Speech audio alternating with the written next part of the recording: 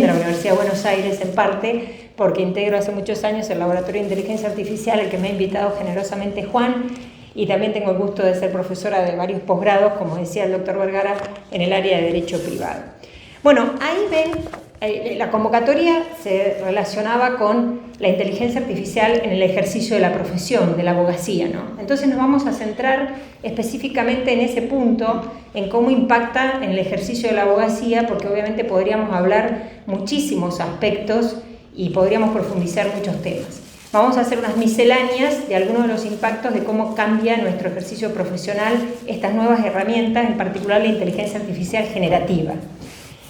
Ahí mostraba esta slide donde ven una foto de la que algunos conocerán, la mayoría del auditorio son personas muy jóvenes, pero les cuento que Kodak era una empresa muy famosa que hasta fines de los 90 era la líder en el mercado de venta de no solo cámaras fotográficas, sino que el gran negocio era la venta del rollo de la máquina fotográfica y el revelado. Cuenta la leyenda que a fines de los 90 le dicen a quien era en ese momento el CEO de Kodak, le muestran la primera cámara digital y dice: es muy bonita, responde después de mirarla, usarla, pero no se la muestres a nadie, porque claramente el auge o el desarrollo de la fotografía digital iba a hacer caer el negocio del rollo fotográfico y del revelado.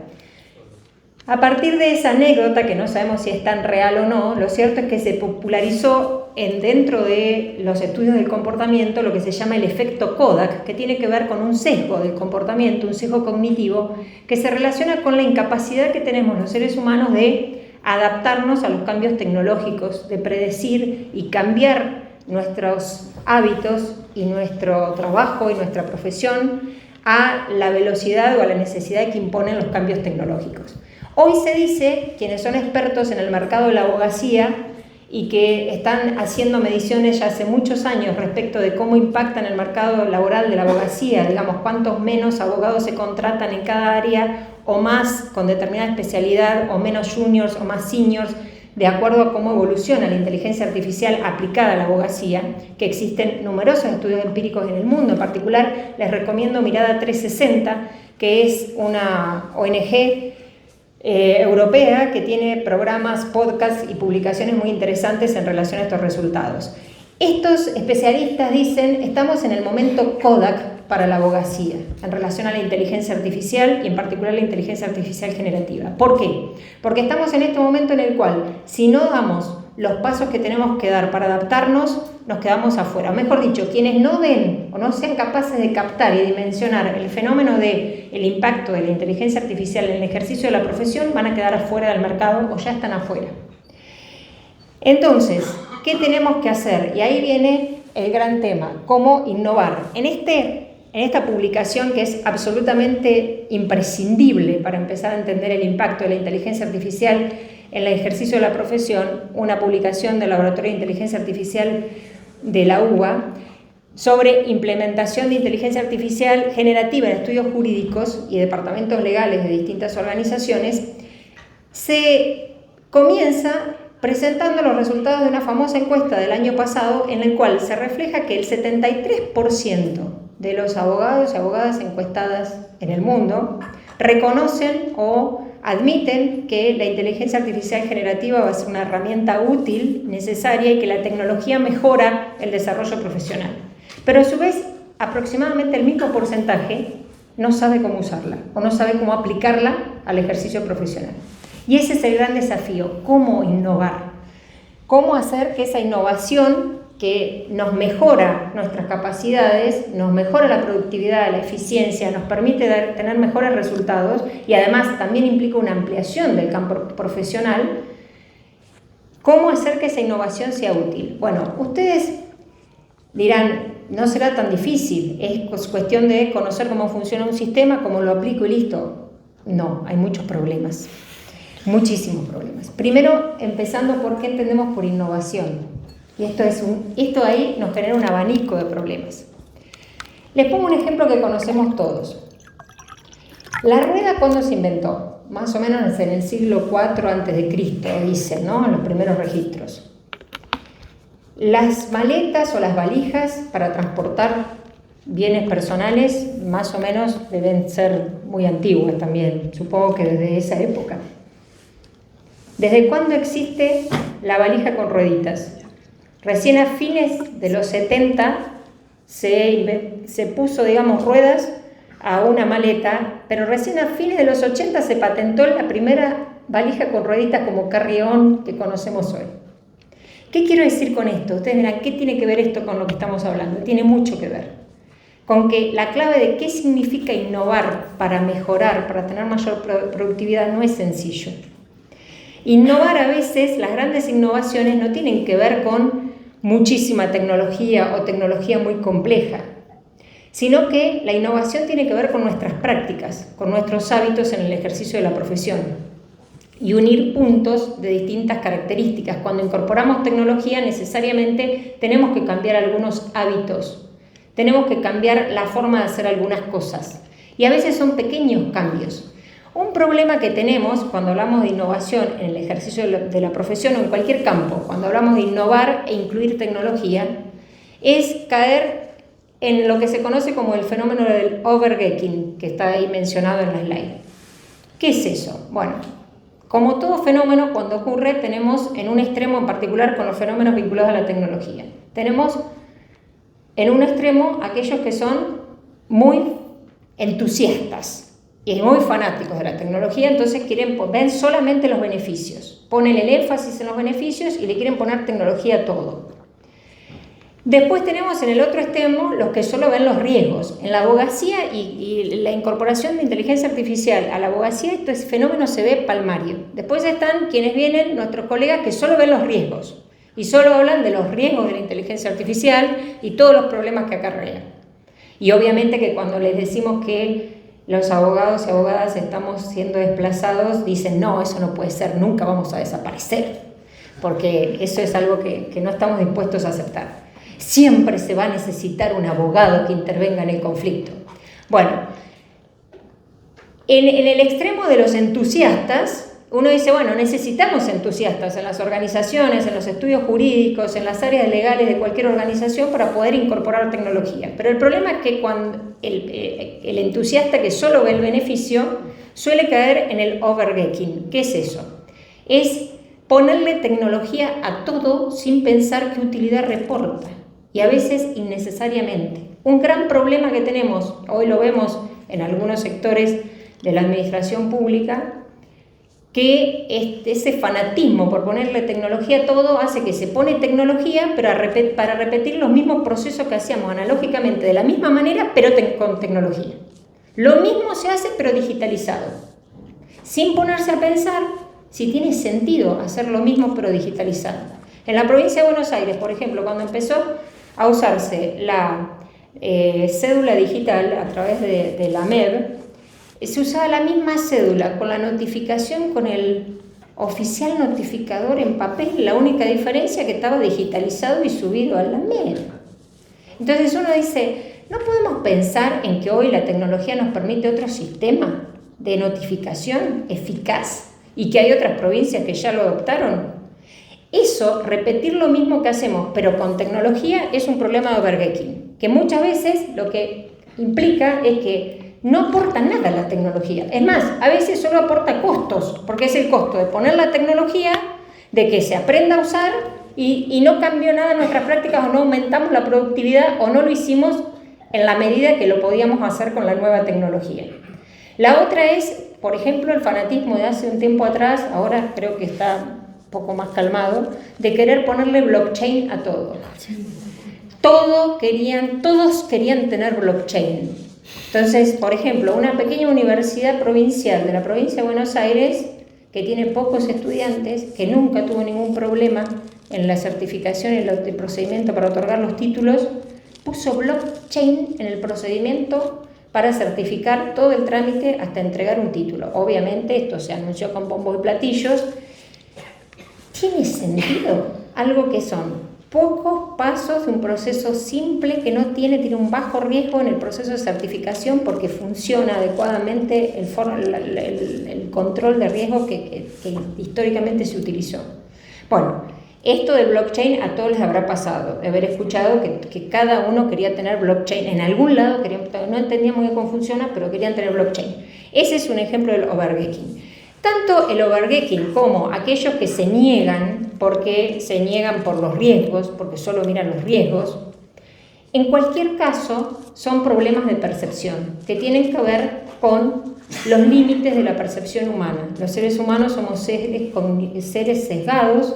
Nuestros sesgos cognitivos afectan nuestra percepción, aunque no nos damos cuenta, aunque creemos que todas nuestras decisiones son racionales. Hay numerosos estudios que demuestran y que además han valido al menos como mínimo 3 premios Nobel de Economía dentro de lo que se llama la economía del comportamiento, que justamente lo que han mostrado es que la racionalidad es muy limitada y que somos mucho más, los sesgos cognitivos tienen mucho más que ver en nuestras acciones y decisiones que lo que pensamos. Esos sesgos cognitivos con el tema de la tecnología quedan muy en evidencia.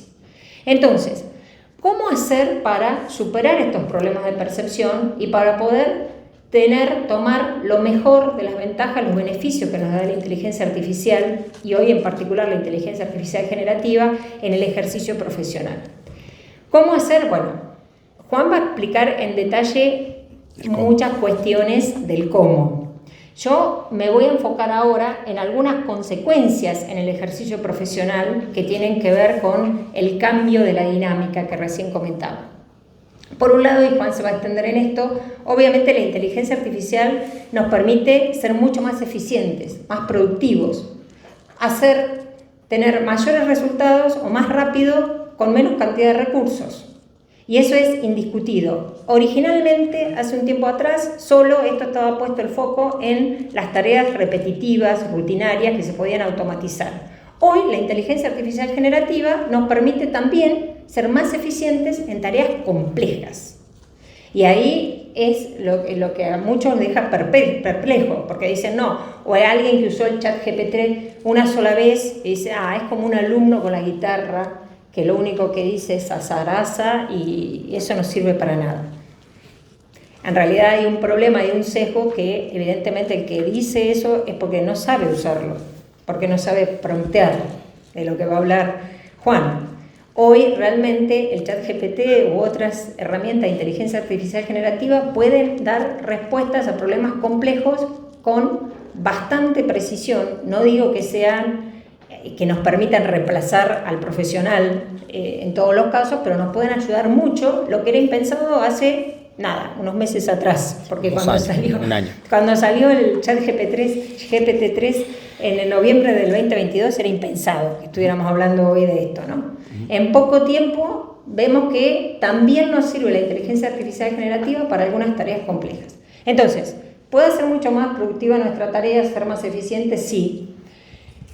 ¿Qué tenemos que incorporar cuando empezamos a usar estas herramientas? Y mecanismos de evaluación de riesgos, eso es lo principal, porque cuando empezamos a notar que sirve, que nos permite hacer más rápido la tarea, que nos permite ser más eficientes, ahí entran en acción los sesgos cognitivos humanos, que nos empezamos a enamorar de la herramienta y perdemos noción de los riesgos, que además los riesgos suelen ser muy invisibles. Por ejemplo, los riesgos que tienen que ver con manipular datos personales sensibles, con datos que tienen que estar fuertemente protegidos por las políticas de confidencialidad de la organización de que se trate. A veces perdemos noción de eso, porque la herramienta es una herramienta que la usamos en lo cotidiano del ejercicio profesional y no somos conscientes que esos datos van a algún lado, están recolectados, que pueden estar, tal vez el sistema no tiene las medidas de seguridad adecuadas y como nos resulta útil, como es muy accesible, muy simple, ser conscientes de esos riesgos y tener un instrumento dentro del estudio jurídico, la organización o la organización pública o privada que fuera, para evaluar esos riesgos es clave.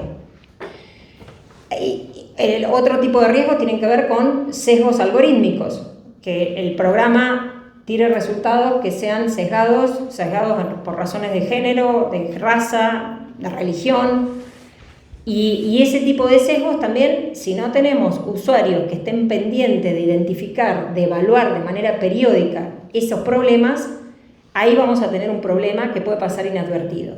La evaluación de riesgos tiene que ver con políticas de compliance y programas de integridad. Y acá yo creo que es una gran novedad, y en la publicación esta del Laboratorio de Inteligencia Artificial está muy bien explicado por qué debemos empezar a pensar aquellos estudios jurídicos y organizaciones que utilicen inteligencia artificial en sus tareas, tener un programa de compliance, un programa de integridad dentro de esa organización, aun cuando sea una organización pequeña. ¿Y por qué digo esto? Por ejemplo, todo lo vinculado a protección de datos personales, y hoy decía el decano Vergara, hablaba del derecho positivo. Bueno, nosotros tenemos, por ejemplo, la Ley de Protección de Datos Personales, que por supuesto que la tenemos que hacer cumplir en relación a la utilización de inteligencia artificial generativa.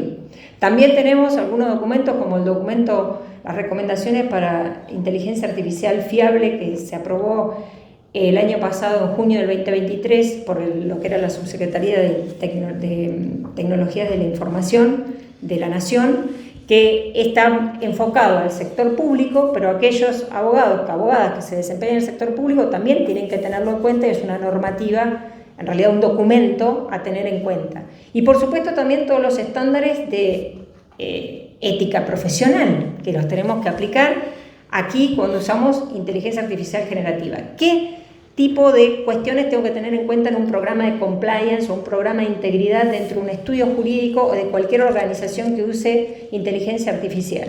Primero, obviamente, clasificación de los datos. ¿Qué tipo de datos son los que se van a introducir al sistema de inteligencia artificial? Si son datos sensibles, datos personales, datos corporativos que merezcan especial protección, si a su vez hay datos que estén protegidos por derechos de autor, por ejemplo.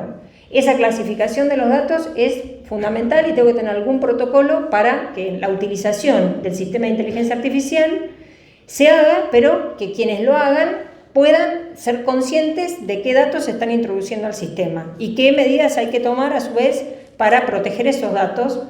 Y esto va de la mano con, por ejemplo, informar a los clientes o pedir consentimiento informado de los clientes cuando se va a utilizar un sistema de inteligencia artificial donde se van a introducir información personal del cliente. Esto despliega una forma de trabajar diferente y es algo que debemos empezar a pensar, porque esa es otra. Hoy también nos pasa y vemos que algunos estudios están usando y algunos profesionales están usando inteligencia artificial generativa sin tener en cuenta estas cosas, y tal vez no por una cuestión de falta de responsabilidad, sino por no dimensionar adecuadamente el impacto o la responsabilidad que implica manejar o introducir datos personales, máxime cuando hablamos de datos sensibles o datos que deben estar especialmente dentro de un marco de confidencialidad en un sistema, y cuando a veces no sabemos tampoco cuáles son las características de seguridad del sistema, que esa es otra cuestión. Un programa de integridad tiene que saber qué características de seguridad tiene el sistema que está usando, y para eso nutrirse necesariamente de equipos multidisciplinarios, consultas a especialistas y trabajar de manera, digamos, a través del diálogo. Una de las cuestiones que nos ha mostrado la inteligencia artificial en todos los ámbitos es que para que sea útil tenemos que trabajar con equipos multidisciplinarios de manera de un diálogo entre pares, ¿no? No podemos consultar al experto de manera descontextualizada, porque el experto en tecnología tal vez no nos va a dar una respuesta adecuada si no entiende muy bien con qué tipo de datos trabajamos o cuál es el alcance de la responsabilidad profesional o el secreto profesional del abogado o la abogada. ¿Me explico? Entonces, programas de integridad específicos que tengan en cuenta esto, que a su vez impliquen un diseño de lo que se llama el marco de gobernanza, es decir, una determinación de roles, de quiénes van a cumplir cada rol dentro de la utilización del sistema de inteligencia artificial y quién va a ser responsable de cada etapa. Por ejemplo, quién va a ser responsable de identificar riesgos, quién va a ser responsable de pedir el consentimiento informado, quién va a ser el responsable de controlar los datos que se ingresan. Eso es esencial en cualquier organización que quiera tener un programa de integridad serio que utilice inteligencia artificial con datos de distintas categorías, ¿no? Pero que implican un tratamiento específico para cumplir con la normativa y, por supuesto, con las normas éticas del ejercicio de la profesión. Y a su vez, algo que está relacionado con esto y que ya un poco lo adelanté, que cambie sustancialmente la inteligencia artificial la relación con los clientes. En un sentido, ya lo dije, implica, cuando hablamos de consentimiento informado, de necesidad de obtener el consentimiento para la utilización de datos o almacenar datos o dar cierto tratamiento a los datos personales o datos personales particularmente sensibles, por ejemplo. Son prácticas que no teníamos o que no eran necesarias en la relación con el cliente en otra época. Pero a su vez también hay en otro sentido, y acá también creo que es clave la capacitación, es que hoy tenemos clientes que vienen con la respuesta que le dio el ChatGPT. Entonces, por ejemplo, y eso cambia todo. Uno de los grandes debates de, por ejemplo, los expertos en estas mediciones de mercados es que dicen cómo impactó la inteligencia artificial en la forma de cobrar honorarios. Aquellos que cobraban honorarios, los grandes estudios internacionales que cobraban por hora, que facturaban por horas, eso cambió totalmente ahora. Porque viene el cliente y dice, pero para, el ChatGPT me da más o menos la misma respuesta en cuestión de segundos, y si no te lo dice el cliente, uno tiene que saber que el cliente puede hacerlo. Entonces, esto cambia sustancialmente la relación con el cliente y necesariamente también tenemos que trabajar ahí, y en algunos, uno de los grandes debates, como les decía, es aquellos que tienen la cultura de facturar por horas, están reviendo y están cambiando las prácticas de la forma de cobrar honorarios en relación a este tsunami que implicó la inteligencia artificial generativa, ¿no? La clave en todo esto, y ya le dejo a Juan, me fui, es la capacitación. Como puede parecer muy obvio, sí, la mano de la tecnología nos llama a la capacitación. Obviamente que la capacitación, hay alguna cuestión que es obvia, o sea, conocer, saber, tener habilidades para el prompting, obviamente, que es una habilidad que hay que capacitarse, o hay que capacitar a los recursos humanos que van a trabajar con estas herramientas para que puedan sacarle provecho. Tener algún conocimiento mínimo de la tecnología, obviamente que eso también va de la mano de la capacitación. Pero hay muchos sentidos en los cuales creo que no es para nada obvia. Los cambios que no son nada obvios, los cambios que tenemos que tener en materia de capacitación. ¿Por qué digo esto? Porque creo que hoy más que nunca también estamos viviendo, o ya vivimos, el momento Kodak en la enseñanza del derecho. Y esto tiene que ver no solo con la Facultad de Derecho que forma futuros profesionales, sino también con todas las instancias de capacitación de los colegios de abogados que forman o actualizan a los profesionales. Hoy por hoy creo que más que nunca tiene una ventaja comparativa el abogado o la abogada que tiene formación interdisciplinaria. La formación interdisciplinaria creo que es clave. Por ejemplo, además de esto que estábamos hablando recién, vivimos en el mundo del Big Data y tenemos datos de lo que querramos y sin embargo no le estamos sacando provecho, ni siquiera ni en el ejercicio profesional ni tampoco para los cambios que necesitamos en las instituciones. Pero una de las claves es que tenemos que tener una formación mínima para trabajar con datos, mínima. No vamos a ser especialistas en matemática ni en estadística, pero por ejemplo entender qué características tienen que tener los datos o qué procesos tienen que pasar para que sean datos útiles para ser utilizados. Entender, por ejemplo, la diferencia entre una media y una mediana, o entre correlación o causalidad, que son conceptos básicos, mínimos, elementales de la estadística, y que hoy por hoy no le podemos sacar provecho, ni siquiera a veces en la prueba, en un juicio, los abogados o abogadas que podríamos tener acceso, que hoy que tenemos acceso fácil y a un costo bajísimo a datos, no le podemos sacar provecho porque nos falta esa formación mínima interdisciplinaria. Entonces ahí creo que tenemos que dejar definitivamente de enseñar la dogmática como se enseñó tradicionalmente durante todo el siglo XIX y el siglo XX y empezar a poner el foco en otra forma de enseñar, porque si no definitivamente nos vamos a quedar afuera. Oliver Wendell Holmes, que ustedes recordarán, muchos de ustedes, fue ministro de la Suprema Corte de Justicia de los Estados Unidos en el siglo XIX. En 1897 decía que el hombre de las letras tenía la capacidad suficiente para ser el hombre del derecho del presente. Esto decía en 1897. Pero decía, el hombre del derecho del futuro será el hombre de la estadística y la economía. Es decir, decía que en el siglo XIX decía que para pensar al abogado del futuro había que pensar en la formación en estadística y en economía. Un juez de la Corte de los Estados Unidos, no un teórico, sino alguien que practicaba el derecho todos los días. sin perjuicio de la falta de perspectiva de género de Oliver Wendell Holmes, que solamente habla del hombre, del derecho.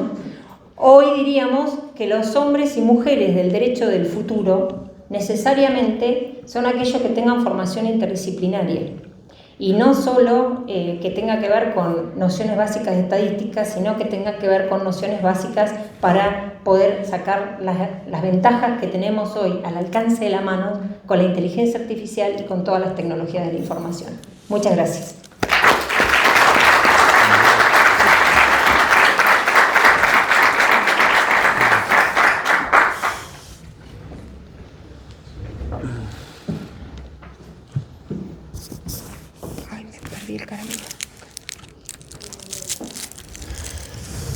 Bueno, ¿cómo están?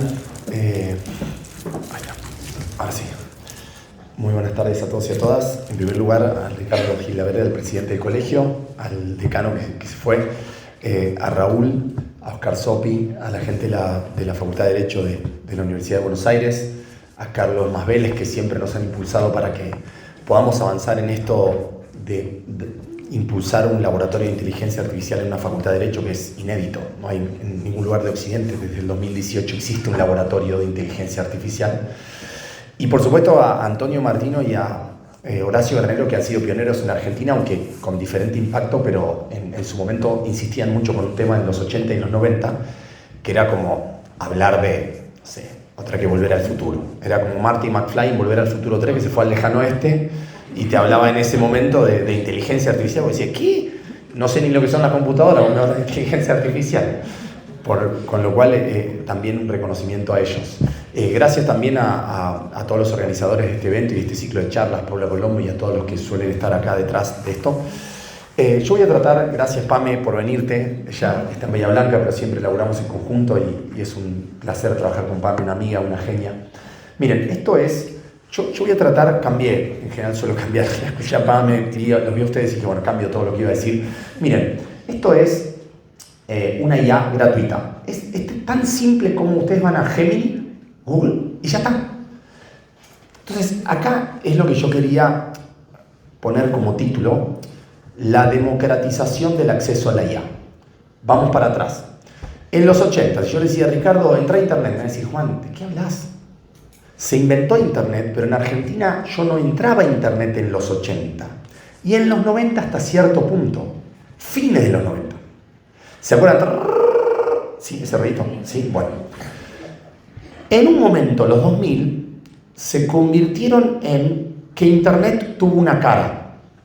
Google. Entonces vos decías, ¿qué es entrar a Internet? ¿Y qué era entrar a Internet? ¿O qué sigue siendo? Google. No para los jóvenes, para los zetas. Ya no googlean. Pero en general, la democratización del acceso a Internet vino por una herramienta. Había otras, pero una herramienta en particular. Bueno, a partir de noviembre de 2022, lo que tenemos que entender, por eso se habla de un tsunami, de un momento muy disruptivo, porque ahora se democratizó el acceso a la inteligencia artificial. Algo que cuando nosotros empezamos a manejar estos temas no pasaba. La IA estaba escondida, era como Internet en los 80. ¿Dónde está Internet? Juan, Prometea, no sé qué ustedes hacen, pero yo no lo veo en ningún lugar eso. No sé con qué se come. ¿Qué tengo que llevar programadores? Sí, sé que uso computadoras, pero la IA, los robots, ¿qué son? Autos autónomos, robots, Robocop. Y yo quiero darles dos ejemplos de esta democratización de la IA y después sí les empiezo a contar más el cómo y les demuestro en más de, escuchemos el número, en más de 49 tareas jurídicas, les demuestro, por supuesto no voy a hacer las 49, solo una o dos de muestra, pero para que se entienda la magnitud de la aplicación de esto. Que en los 90 era como decir, Juan, ¿qué puedo buscar en Internet? Que era una pregunta clásica. No, la pregunta no es qué puedes buscar. La pregunta es, más vale que aprendas a buscar, porque ahí va a estar ¿qué? Todo. Pero claro, en los 2000, como dice Pame, este efecto, era que va a estar todo. Pensá que yo le voy a meter una lata en el auto y lo voy a vender por Internet. Yo le meto la latita al auto, yo soy neuquino, Cutralco, imagínense, los autos se vendían en parte con concesionarias, o si no con latitas en los autos, o con los cartelitos, se vende, ¿sí? Burocracia imprenta, se vende, Gutenberg. Vende, llamame, ¿sí? Vos no te imaginaste que Internet y las plataformas iban a licuar el mercado de compraventas. Nosotros estamos teniendo ese, como llama Pam, efecto Kodak. No somos tan conscientes desde hasta qué punto nos va a ayudar este tipo de inteligencia artificial, que yo por cuestiones de tiempo no voy a poder dar precisiones técnicas de en qué se diferencia esta inteligencia artificial de otra inteligencia artificial. Eso lo dejamos para un evento más profundo, un posgrado, lo que ustedes quieran. Miren esto, vamos a algo muy concreto. Géminis, ¿cómo estás? Mira, estoy dando una charla en el Colegio Público de Abogados. Miren la velocidad con la que transcriben. Mira, te cuento que estoy tratando de manifestar hasta qué punto la inteligencia artificial generativa puede impactar en los estudios jurídicos. Quiero que por favor pienses y me ayudes a pensar lo siguiente. Necesito una lista de 10 posibles ejes en la cual la inteligencia artificial generativa va a tener impacto vinculado a la protección de los derechos de las personas. Espera. No hagas esto. Te voy a pedir otra cosa. Vos sabés que tengo un caso, miren lo que está poniéndose ahí. Vos sabés que tengo un caso de un cliente, y imaginemos que yo estoy charlando con Pame acá, sigo charlando con Pame. Tengo un caso en un cliente en el cual yo tengo que hacerle 10 preguntas porque él es un testigo en una causa de accidente de tránsito. Entonces, como él me parece que conoce al autor del siniestro al que se produjo la colisión, yo quiero que hagas una lista de 10 preguntas capciosas, porque quiero tratar de que en estas preguntas yo logre determinar hasta qué punto lo conoce. ¿Podrías hacerlo? Enter. Por supuesto. ¿Ustedes están entendiendo esto? Digo, porque si no parece, esto es gratis. Perdón la efusividad. Esto es gratis. No hay que hacer un curso de nada. No hice nada, ni toqué la compu. Un clic. Bueno, entonces espera. Frenemos acá. ¿Estamos de acuerdo? Ahora cambiaron las caras. ¿Estamos de acuerdo? Con lo cual, si alguno dijo, yo no usé la IA, por el amor de Dios, no tiene que hacer nada. Entra un link y hablale como le acabo de hablar. ¿Se entendió? Digo porque Gemini tiene una ventaja. Le hablo. Y la velocidad, que es inédita. ¿Se acuerdan de Siri? Sí. Hola, ir a casa. No, parecía ET. Una charla con ET parecía. Teléfono, casa. Vos le decías una cosa, no te entendía. Bueno, entonces miren esto. Para que entiendan, solo estoy mostrando una cosa muy chiquitita, pero muy chiquitita. ¿Sí? Entonces yo acabo de ir ahí, acá. Si me meto acá. Y digo, ¿entienden el nivel de las preguntas, no? ¿Ha escuchado al señor hacer comentarios sobre su forma de conducir? ¿Tiene conocimiento de si el señor tiene licencia de conducir válida? Momento del accidente. Acciones posteriores al accidente. Posibles sesgos. Detalles adicionales. Esto es Messi. ¿Hay un ser humano capaz de hacer esto en 2 segundos? Y yo ni siquiera declaré nada, iba charlando. Bueno, imagínense. Porque acá viene otro efecto que después tenemos que ver qué sesgo es, que es, me saca el laburo, digamos. Yo lo pongo así, vienen palabras técnicas. Me saca el laburo, ¿para qué voy a existir? Esto me va a reemplazar. Imagínense que hay muchos estudios, nosotros trabajamos mucho esto, estamos por sacar una publicación de esto, porque esto hay que analizarlo en perspectiva. Piensen que los ajedrecistas y los pilotos de aerocomerciales, hace años que las máquinas les vienen, entre comillas, sacando el laburo. Así que ya hay profesiones, muchas, de las cuales hay que aprender. Así que se automatizaron casi todas sus tareas. Preguntarle a un ajedrecista. No queda nada que pueda hacer un humano respecto a una máquina, ¿sí? Y sin embargo hay más jugadores de ajedrez en toda la historia humana en el 2024. Los traductores. Como me decís, los traductores no paran de trabajar. Fui al evento de traductores. Me decía, Juan, no para de trabajar porque hay que traducir todas las pelis de Netflix. Y hay que controlarlas. La máquina me hace hasta el 80%, 90%, y yo tengo que hacer todo el resto. Y no doy abasto. De hecho, la oferta de... Estamos hablando de traducir. No de ir a un juicio por jurados. No de agarrarte el Código Civil, 40 artículos para hacer ponderación con Alexi. Estamos hablando de traducir. Y imagínate, no paran de laburar. Y se les viene diciendo que van a desaparecer hace mínimo 50 años. Entonces, yo no puedo profundizar esto. El temor yo lo dejaría a priori a un costado, porque hay mucha evidencia en donde, al menos en el corto plazo, porque uno no puede decir a dónde van a terminar, yo creo que ahí el temor... Hice un paréntesis. Bueno, entonces uno dice, bueno, Juan, prepara, mira, vamos a hacer una cosa. Quiero que las preguntas de los sesgos, no, voy a agarrar la pregunta 4.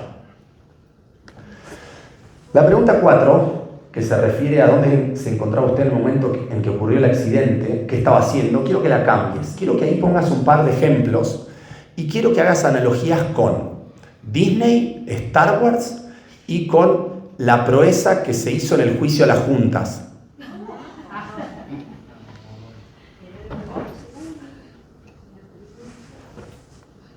Me pone la versión original. Imagínate que te encuentras en una galaxia muy muy lejana, el planeta Tatooine. Como Luke Skywalker, la puesta del sol, de repente escuchas un estruendo ensordecedor.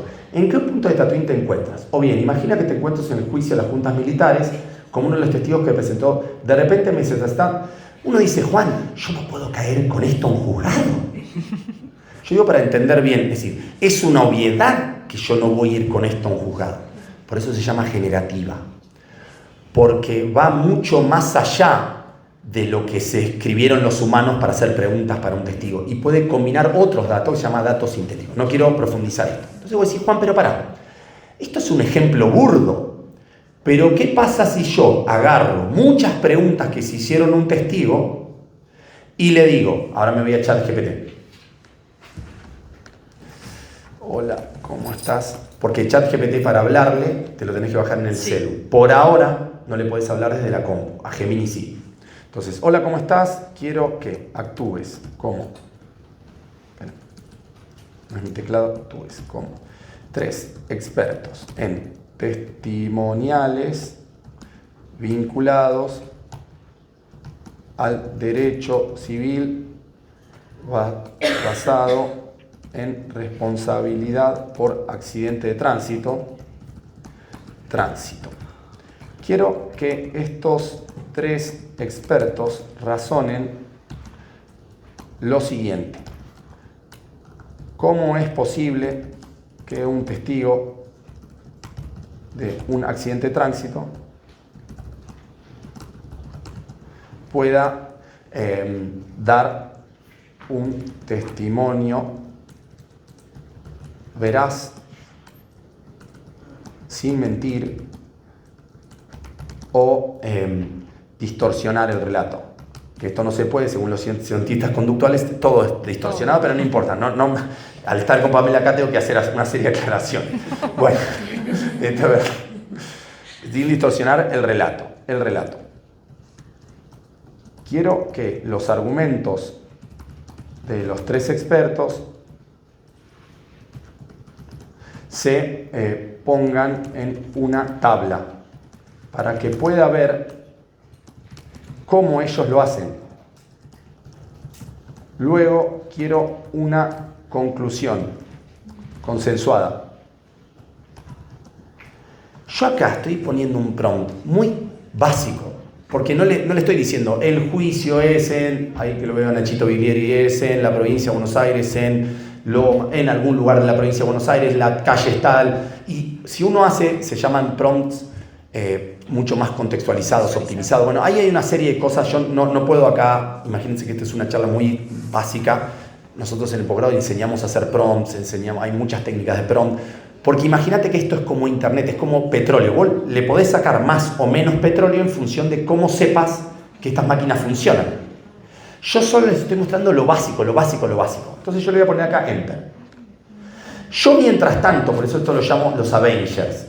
Mientras tanto me voy acá y le digo, Gemini, ahí dejé a una inteligencia artificial laburando. Ahora te voy a pedir otra cosa. ¿Podrías, por favor, hacerme una síntesis sobre hasta qué punto yo voy a tener en cuenta cuáles son las circunstancias agravantes y atenuantes vinculadas a una persona que cruza un semáforo en rojo y se le imputa como delito la colisión a otro vehículo o eventualmente tiene que responder por daños y perjuicios? Enter. Y me fui acá. Son los Avengers. ¿Me entienden? O sea, no quiero exagerar porque sé que gente que viene de otras ramas, que tiene mucha historia, como el doctor Gil Lavedra, siempre, pero no lo digo por él ni por nadie, siempre se ha minimizado la tecnología. De hecho, era la informática que anda por ahí. Siempre fue algo así como, ahora estamos en un momento No digo por la profesión del derecho, por eso salen leyes, por eso el mundo está haciendo cosas, por eso junto con el cambio climático y las guerras está esto. Esto es otra liga. Esto no es una maquinita que hace algo. Esto no es, bueno, me va a ayudar un par de cositas. Esto es un tsunami, pero esto es un tsunami de verdad, que está acá. Esto es gratis, sin programadores. No hice nada, simplemente le hablo a una máquina y le escribo cosas. Necesito que, esto es para que entiendan, y ni siquiera les mostré, porque hay miles de IA, miles, en una tienda que se llama GPT Store, en donde yo me meto y hay IAs para lo que quieran, y yo las conecto. Estamos en un momento muy, perdón la efusividad, muy relevante. Por eso Stanford, Yale y muchas universidades ya pusieron obligatoria inteligencia artificial. Porque esto no es una cosita, una notificación electrónica al expediente digital. Esto cambia la forma en que Homo sapiens hace cualquier cosa en el mundo. Entonces, algo tan relevante, no podemos ponerlo a un lugar de, bueno, acá no llega. ¿Qué no llega? ¿Qué es esto? Esto no es un auto autónomo, un robot de los japoneses, que ahí requiere una entidad electromecánica para asumir cuerpos. Eso es caro. Esta IA, se llama IA incorpórea, esta es barata o de bajo costo. Vamos a ver números, ¿sí? Numeritos de esto que hicimos. Miren, voy bien de tiempo. Miren, ¿qué hicimos nosotros? Porque una cosa es, Juan, podría seguir mostrándoles cosas, ¿eh? Hay IAs que te resumen audiencias, hay IAs que hacen un montón de cosas, que te leen PDF, charlas con un PDF. Ahora vos podés charlar con un PDF, charlas con un contrato, decirle, che, en la cláusula 4, ¿qué decís? Y te dice, digo tal cosa. Vos decís, ¿cómo charlo con un contrato? Mi abuela se desmaya si yo le digo que está charlando con un contrato. Por supuesto es una máquina que simula comprensión del contrato, ¿no? No estoy diciendo que la máquina entienda todo como un humano. Es casi una comparación entre peras y bananas. Como diría Kuhn, no es conmensurable los paradigmas. Por eso es tan importante tener claro que la máquina, aunque se le diga inteligencia, no es una réplica de la inteligencia humana. Hay muchas cosas que no tienen, que sí tienen los humanos.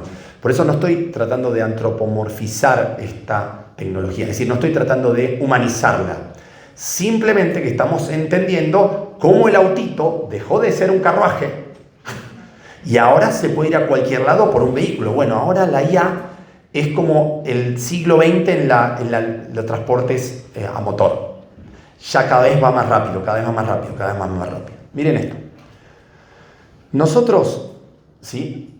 Bueno, esto es para la nostalgia, ¿no? ¿Sí? Bueno, imagínense lo que acabo de hacer yo con Gemini, si hacemos una comparación en lo que yo acabo de hacer con Gemini y tipear en la Olivetti, sin papel carbónico, ¿sí?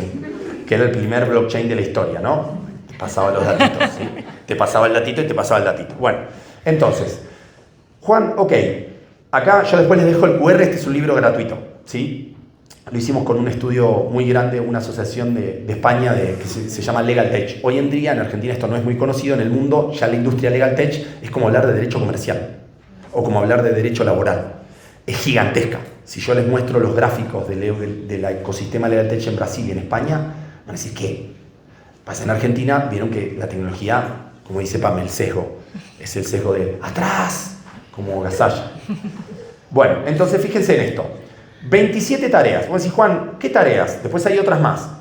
Control de quita, control de saneo, análisis de quita, redacción del informe de quita, redacción de un descargo administrativo, copia con modificación de un contrato de arrendamiento, redacción del recibo de pago de un contrato, pensar la prueba, ofrecimiento de prueba. O sea, esto no es azaraza.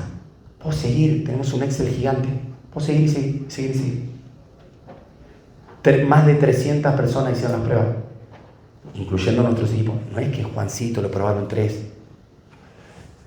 No sabes la cantidad de tareas que hay. Es más, en un punto tenemos que cambiar la metodología, porque es casi todo lo que la IA va a hacer algo. Entonces hay que cambiar la metodología. No es, che, Juan, ¿me sirve para...?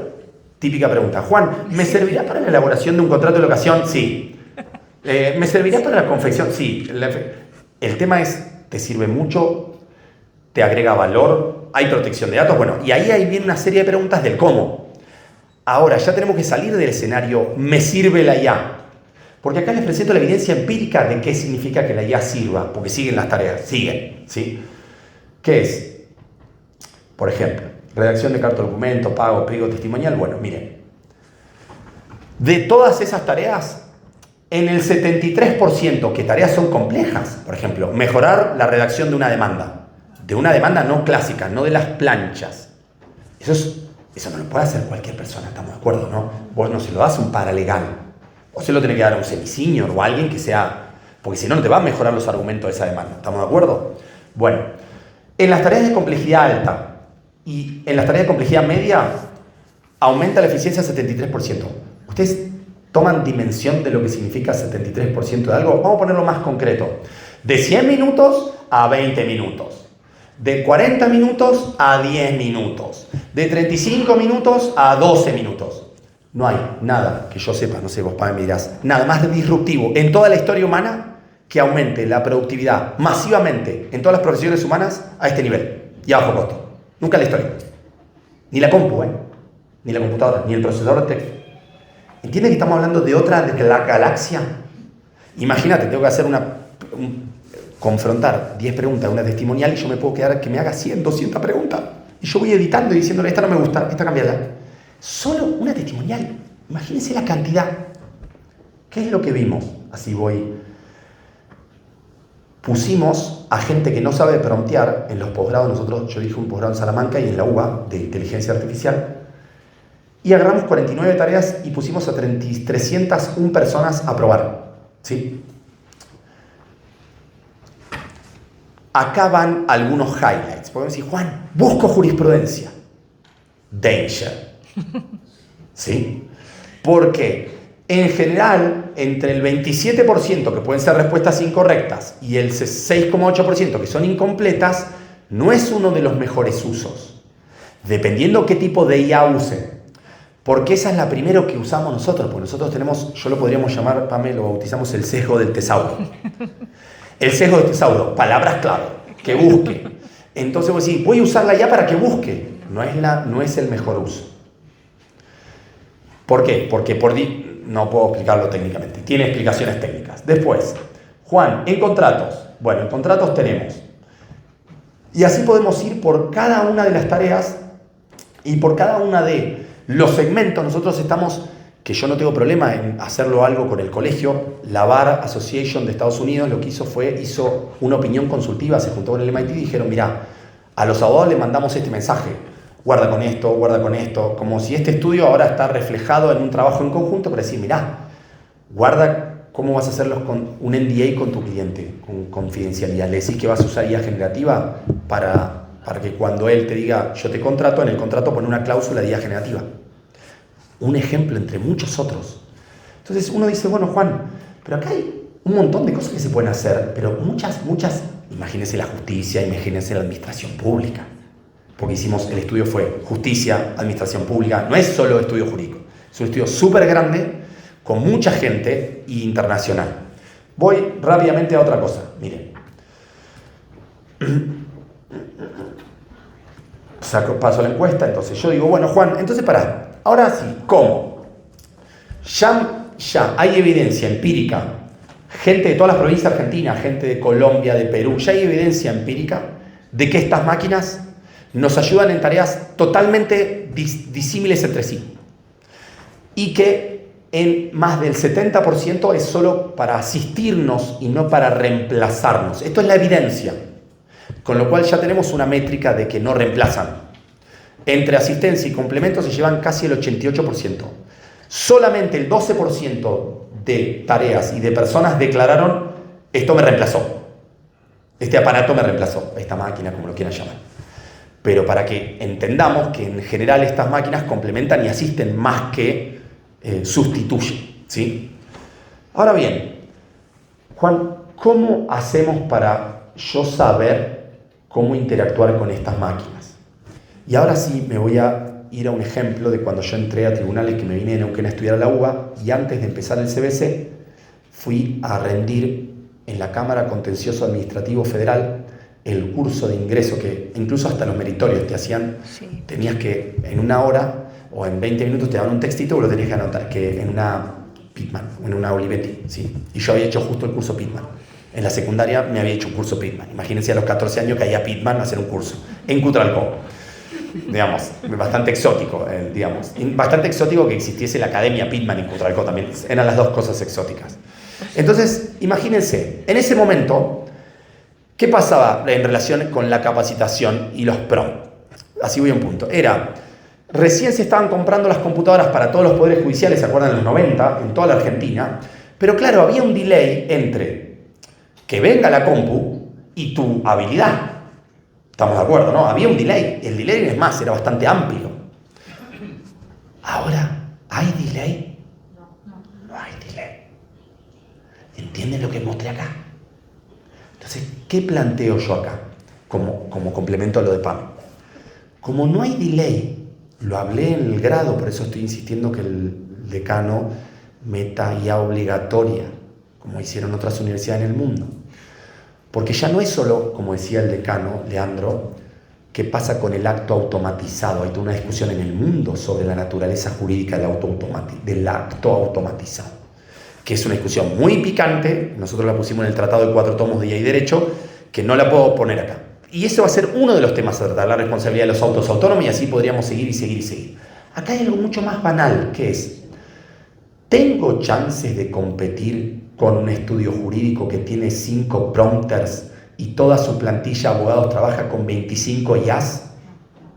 0 chances. Hicimos las métricas. 0 chances. Si quieren les puedo mostrar ejemplos de estudios en donde comparamos los estudios, hicieron la comparación. Entonces, para que todos tengamos las mismas oportunidades, ahora la capacitación no puede esperar, porque no hay delay. Antes era, tengo conectividad, no tengo compu, Juan. Ahora tengo casi el parque de compus y de celulares de Argentina, yo creo que llega, según la última métrica, 88% de la población. Es una cosa increíble, o sea.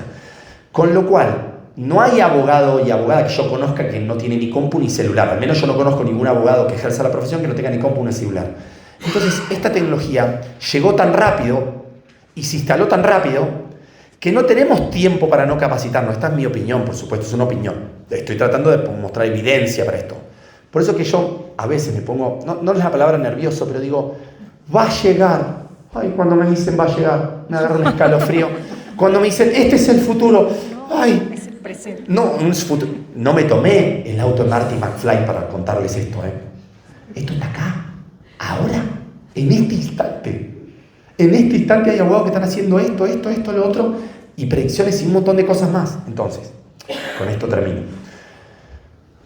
Acá hay, por supuesto, esto se los tiro como un highlights, el que quiera profundizar de esto, y no estoy vendiendo nada, porque además es posgrados de la UBA, no importa dónde lo hagan, por el amor de quien ustedes dispongan, ¿sí? Para no ser un sesgado ni religiosamente ni nadie, por el amor de quien ustedes dispongan, fórmense urgente en IA. Pero no para ser programadores, no. Es usuarios. Como si hicieses en los 90 un cursito de internet.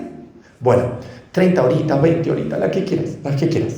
Si quieres convertirte en un profesional del derecho, no saben la cantidad de trabajo que va a haber para que la gente que sepa ya hay derecho.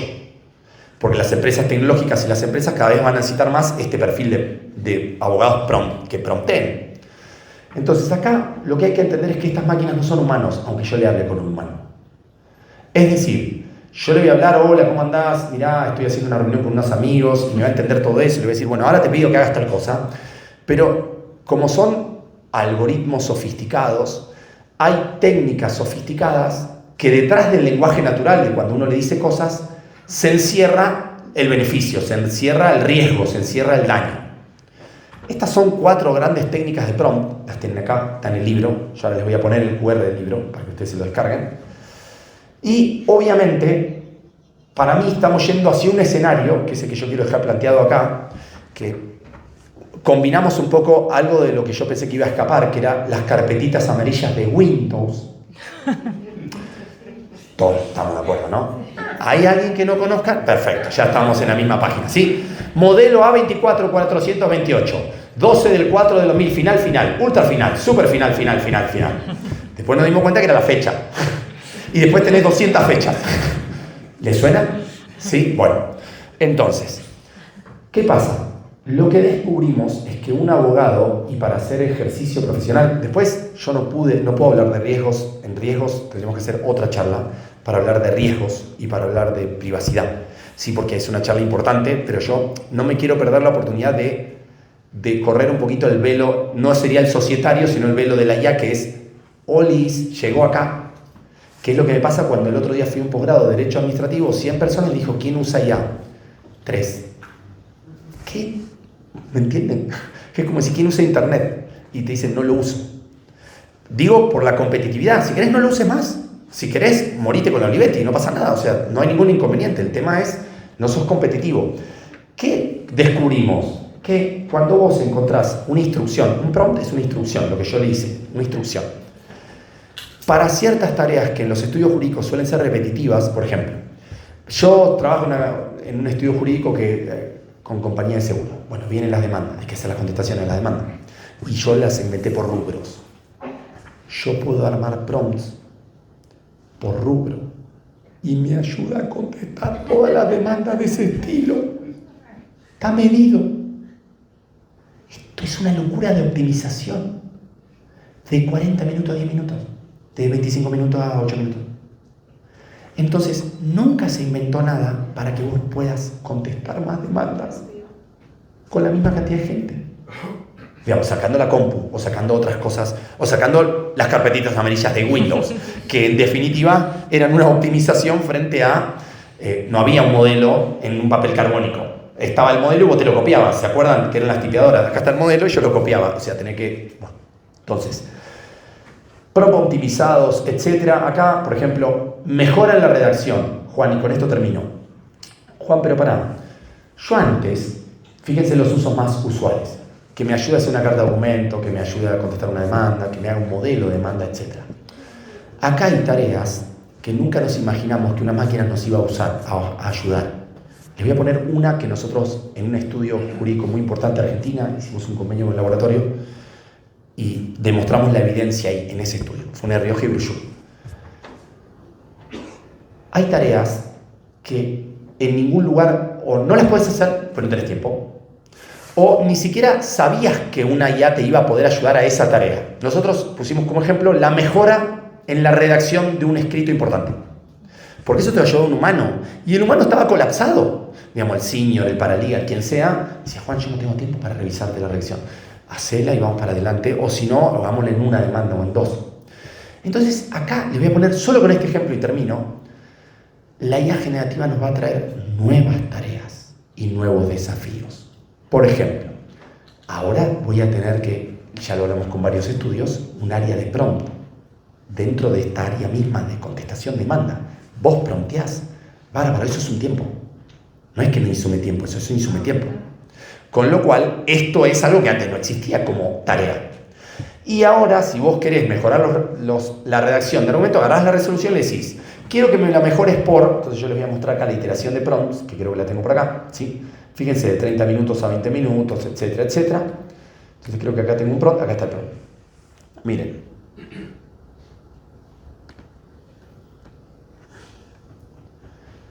Después de una iteración, ¿sí? Que es bastante extensa, hola ChatGPT, necesito esto. Fíjense, acá al final está para continuar desarrollando los argumentos. Y me mejoró unos argumentos vinculados a una parte de la demanda, porque no tiene que ser toda la demanda. ¿Me siguen? No necesariamente tiene que ser toda la demanda. Puede ser una parte de la demanda. Cuando una parte de la demanda me refiero a, Juan, la parte que más me quiero destacarle al juez es la parte que ponemos en los fundamentos, estos 8 párrafos. Yo quiero darle una vuelta de tuerca a estos 8 párrafos. Entonces, ¿sabes lo que voy a hacer? Voy a agarrar 2 autores que tengo en un libro, voy a ir a una IA que me va a sacar lo que dicen los autores del PDF, o que me va a interpretar lo que dicen, y me va a poner lo que dicen los autores en esos fundamentos. Y yo después edito todo eso con mi experiencia, con mis conocimientos, etc. Pero esta tarea antes no existía. Y lo que estamos empezando a ver es que como esta IA genera tantas posibilidades, hay veces que vas a tardar más tiempo en hacerlo con la IA si no lo sabes hacer bien. Sí, o que el abogado te va a decir, deja de jugar con la máquina, porque tenemos que contestar las demandas. O en un juzgado es, dale que hay que... Entonces ahora cambia el desafío. cómo la uso estratégicamente. Porque ahora es como internet. A mí me pasaba cuando entré en la cámara como relator. Ponete a relatar, Juan. Y un día me fui a la biblioteca de la corte y me saqué, creo que, fotocopia de 20 libros. Y me los traje. Con Pablo Gallego Federiani trabajaba yo. Me puse ahí y me vio 200 fotocopias. Me dice, ¿cuánto vas a estar para hacer este proyecto de sentencia? Como diciéndote, ¿vos te pensás que vamos a escribir un libro? Es el mismo desafío. Juan, no veas toda la doctrina de la galaxia para hacer la sentencia. Esto mismo es, no puedes estar con la IA 200 años. No importa lo que haga la IA. Necesito que esta demanda más o menos camine. Entonces fíjense que se va a cambiar dramáticamente el desafío. Entonces manejar la IA va a ser una habilidad hoy tan crítica porque va a ser masiva. No es los laboralistas. No. Es una habilidad intrínseca a ser profesional. Le está pasando a los médicos, le está pasando a los contadores, le está pasando a todas las profesiones. A todas. No hay una profesión en la que no esté pasando esto. Para cerrar, acá está el código QR, si quieren lo pueden escanear. El libro es gratuito, ¿sí? Un equipo grande de trabajo, muchas personas, que también lo agradezco acá a Lola que justo está presente, pero hay mucha gente que te ayudó en esto, gente de afuera, y la verdad es que Pame también en varias cuestiones de este libro.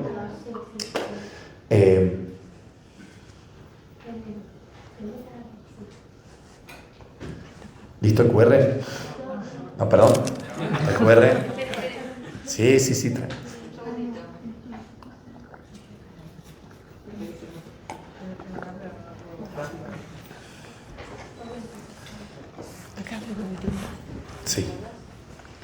bien. No, está bien, sí, de 45. Perdón. Ahí está.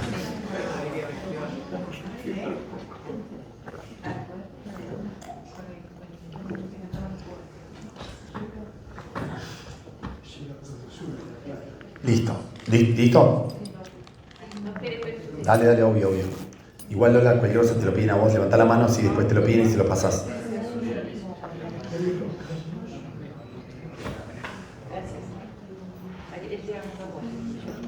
No, de nada. Si no, igual le podemos ir al colegio para no sé, que lo manda. Obvio, si es gratuito, es una publicación gratuita. Mire, quiero terminar con esto porque así descomprimimos un poco la reunión. ¿Sí? Miren, a ver si tengo...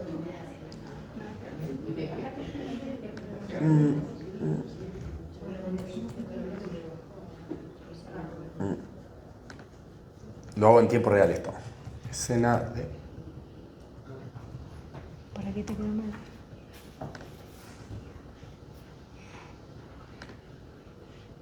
Descubrí una aplicación gratuita para aprender. A ver si esto puede andar. No me lo toma. A YouTube no me lo toma, ¿no?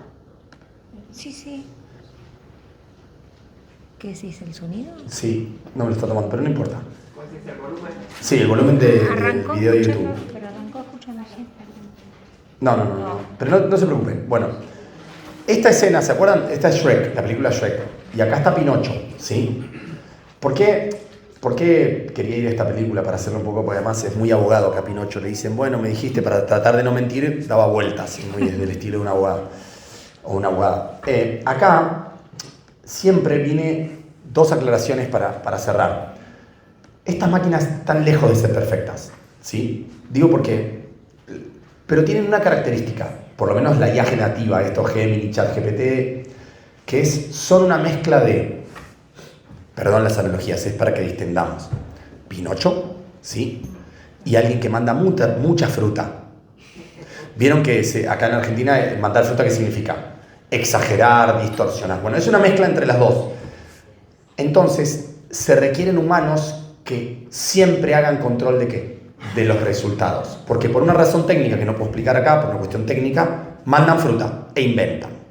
Se llaman alucinaciones, es un nombre no muy feliz, me parece ese, pero bueno.